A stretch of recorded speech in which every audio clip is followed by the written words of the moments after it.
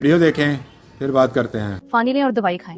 परेशान नहीं होना आपने बिल्कुल भी, इंशाल्लाह बहुत जल्दी आपने बिल्कुल सही हो जाना है। वार्निंग ही दी है ना डॉक्टर ने, फिर क्या हुआ, हम आगे एहतियात कर लेंगे, कुछ भी नहीं होगा आपको, बस आपने दवाई टाइम पे लेनी है। अस्सलाम वालेकुम। वालेकुम अस्सलाम। आए आए बैठे। बेटी अपनी आंटी के लिए चाय लेकर आओ। मैं लेकर आती हूँ। अरे नहीं बेटा, मैं यहाँ चाय पीने थोड़ी आई हूँ, मैं तो भाई साहब का पता लेने आई हूँ। तू भी इधर ही बैठ बैठ। और सुनाए भाई साहब, क्या हाल है अब आपके?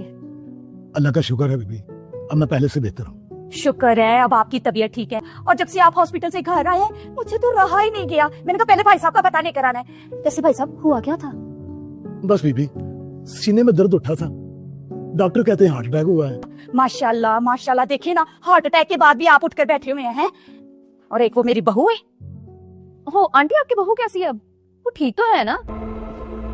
बहू को क्या होना है, सब उसके ड्रामे हैं। कहती है मेरा बीपी शूट हो गया इसीलिए लेटी रहती हूँ। बंदा आता है तो कहते मुझे डॉक्टर के पास ले चलो। सब कमाई जाया करने के बहाने हैं। हालांकि पिज्जे बर्गर शवारमे खा के खुद अपना बेड़ा गर्क किया हुआ है। मेरे बस में होता तो मैं उसकी तलाक करवा के कहीं और उसका निकाह करवा देती, पर मेरा पुत्र ही नखट्टू है, उस चड़ेल से जान छुड़ाता ही नहीं है। आंटी अपनी बेटी का सुनाए, उस दिन मैंने आपको और उसे क्लिनिक में जाते देखा था, सब खैर थी ना?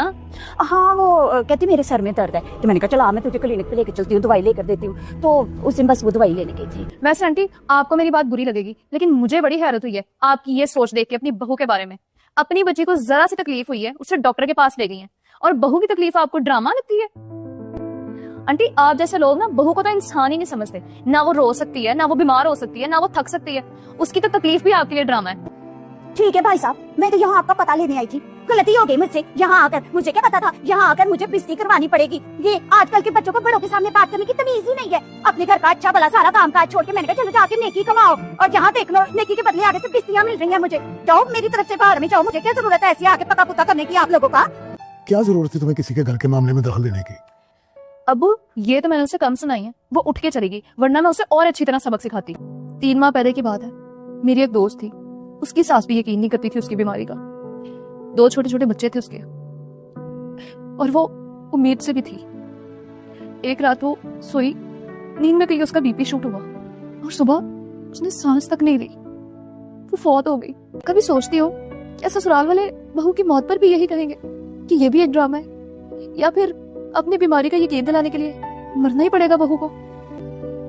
बेटी हो या बहू, दर्द सबका एक जैसा होता है। काश हम समझ जाएं कि रिश्ता बदलने से इंसान की तकलीफ का एहसास नहीं बदलता।